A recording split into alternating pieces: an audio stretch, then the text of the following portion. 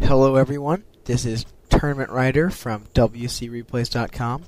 This audio has been copyrighted in 2005 by WCReplays.com. So don't go ransacking this audio treat or you will face the wrath of our moderators. So now that I've got that done with, I'm glad to be here for WC Replays. And hopefully, we can have some fun and maybe learn some stuff. So anyway, if you could, go ahead and open up the replay. It's Orc vs. Undead on Plunder Isle. I'm going to go in 3, 2, 1. Alright, let's go. Okay, now, you can keep Fog War on or off, doesn't matter. Okay, if you look at Checkpi's base, he's, he's on the typical Orc build.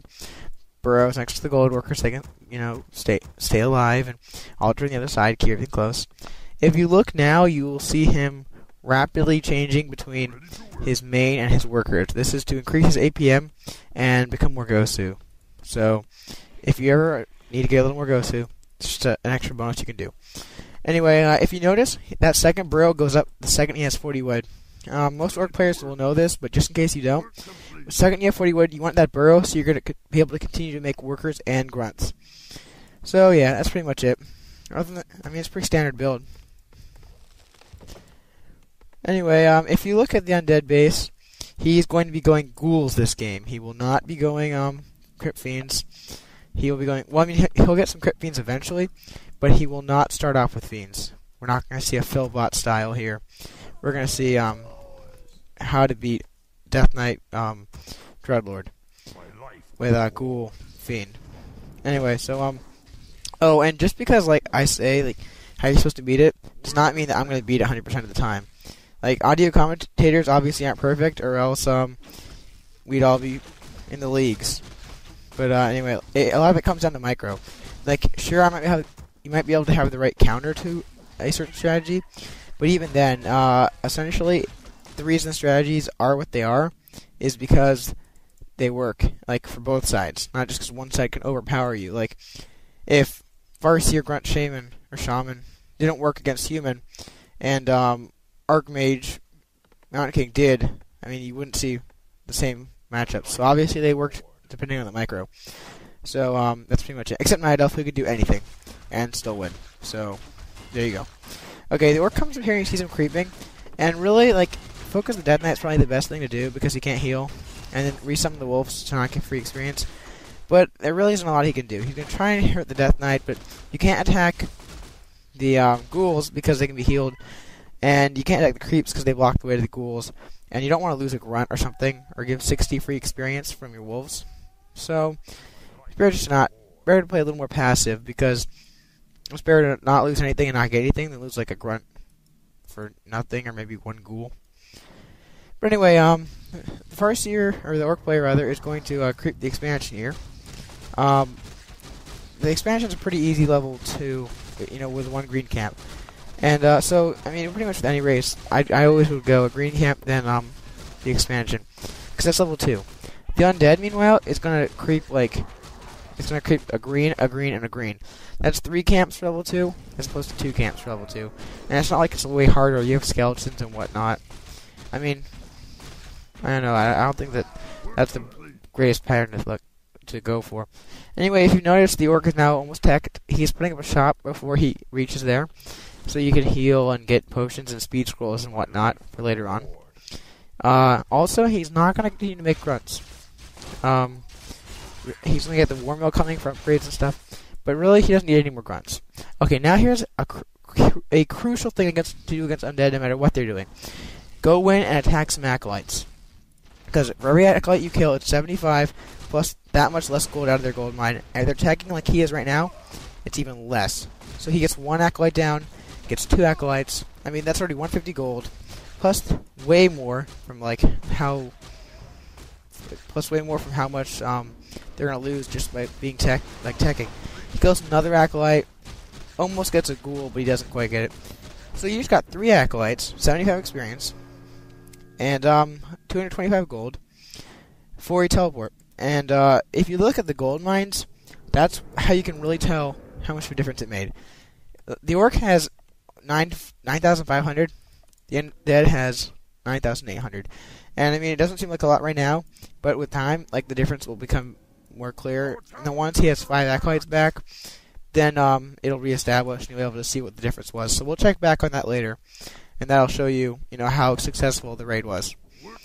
Anyways, the undead player is almost level 2, and he's like, well, I can go over here and creep an easy green camp, and then the expansion, and get myself level 3. And whenever you're close to leveling, make sure you creep a good combination to get your level and maybe to the next level.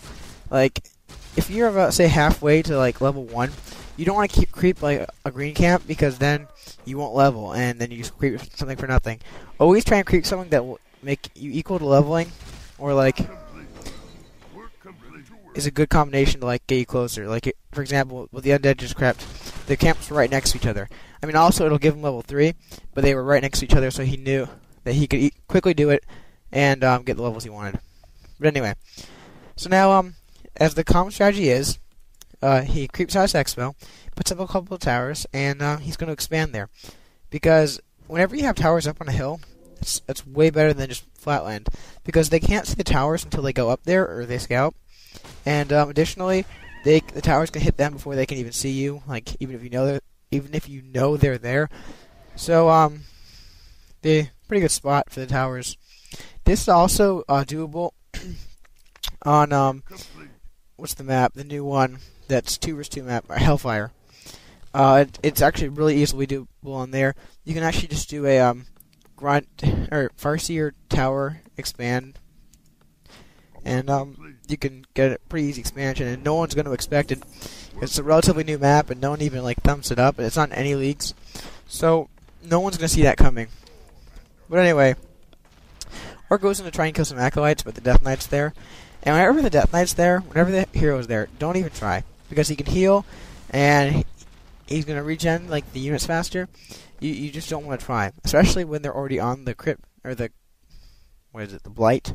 Yeah, to creep, some StarCraft. Anyway, when they're already on the blight to begin with, that's going to be pretty difficult to kill. So you definitely don't want to go with that. Now the orc, because of the harass though, he's going to get an expansion up. Like, whenever you're going for expansion, always press their base. Like, that doesn't mean full out attack. That just means go in there and, make him feel your presence, so that he's not at your expo.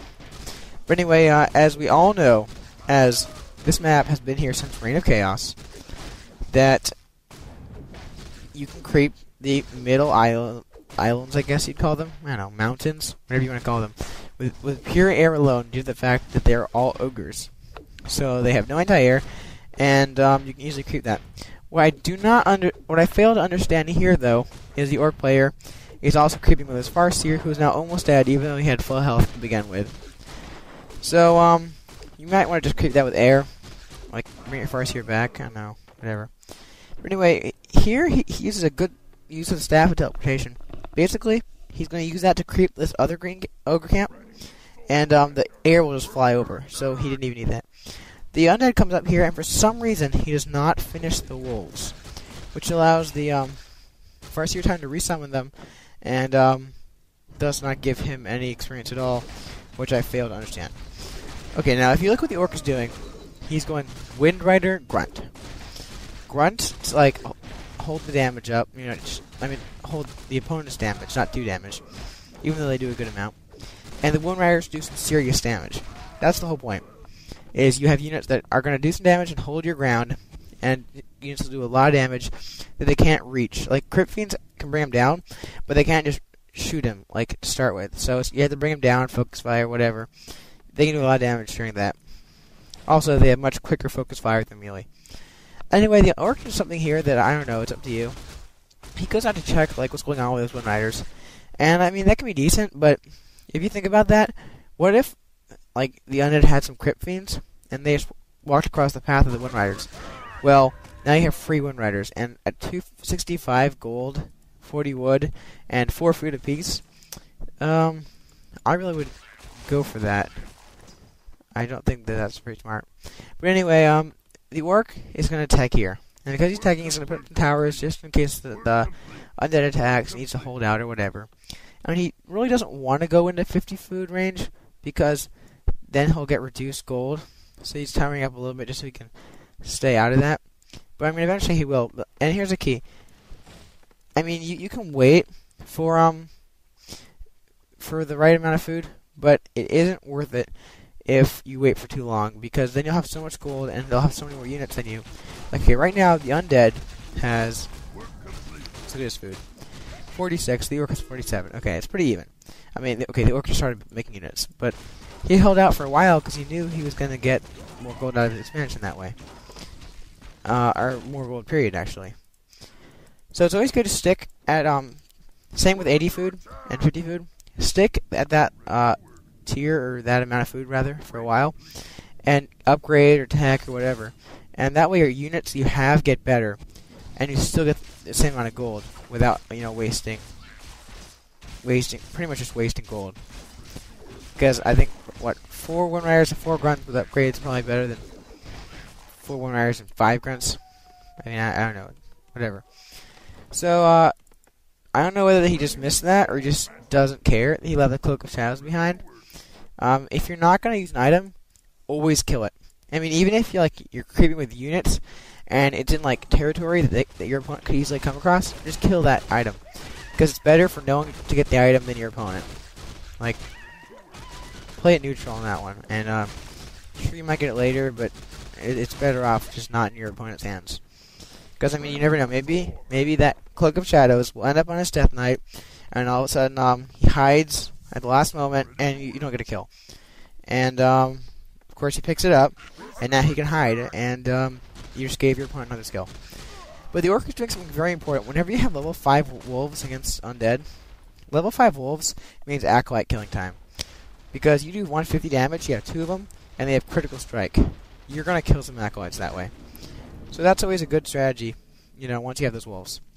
Okay, if you look at the undead player, he has gone ghoul, fiend. Well, ghouls to late fiend with double aura on the ghouls, so that they attack for they get health back, statue rejuvenates health, Death Knight rejuvenates health, and they just have lots of them, and that's a pretty good strategy. If the orc doesn't focus fire, they'll lose. And this is where the Wind Riders are going to really play a major role. Because the Wind Riders allow for really easy focus fire. As you look, see how quickly they take down those ghouls? I mean, it's almost instantly. They do so much damage. And it isn't reduced at all by the armor type of the ghouls. Anyways, the orc player comes in. And the orc player really has good positioning here. That undead probably should have gotten away, but I don't know. Whatever. They go into battle, and he brings up a destroyer, for spell and whatnot. But instantly, he has the Wind Riders focus down the destroyer and kill it. And whenever you play as orc, make sure you have 2 control groups. But anyway, so in this battle, he tries to surround the Torn Chieftain, or maybe he doesn't try to, but he does anyway. And he sleeps it. Now, sleeping a level 1 Torn Chieftain isn't the best idea, but anyway. He wakes up, chain wave goes off, kills some stuff, kills the DreadLord, kills some ghouls. I mean, the Death Knight levels up, but there really isn't anything he could have done because he didn't have the units to take it. The thing there was he had a level 5 Farseer against a level 1, with a level 1 Torn Chieftain. If you sleep the Torn Chieftain, you're stopping level 1 Stomp. Okay, level 1 Stomp is okay, but it's not really going to game change you because you put all your levels into your Farseer. If you sleep the Farseer, his main skill is wolves, and he casts those, and those still will attack you while he's sleeping. And then he can just wake up and chain wave. He doesn't really need to be awake constantly. I mean, I don't know. I think that's probably a better way to counter ghouls is by a single Farseer. Especially on that map. That's a very good creeping map. You can get him high level and expand. Some maps you might not want to try that are Echo Isles. So with that, that's going to pretty much come to the conclusion of my audio. I'd like to thank you guys for downloading this, and hopefully I can do more audios for you in the future. So this is Tournament Rider signing out, and I'd like to wish you guys a great day. I'll see you guys later.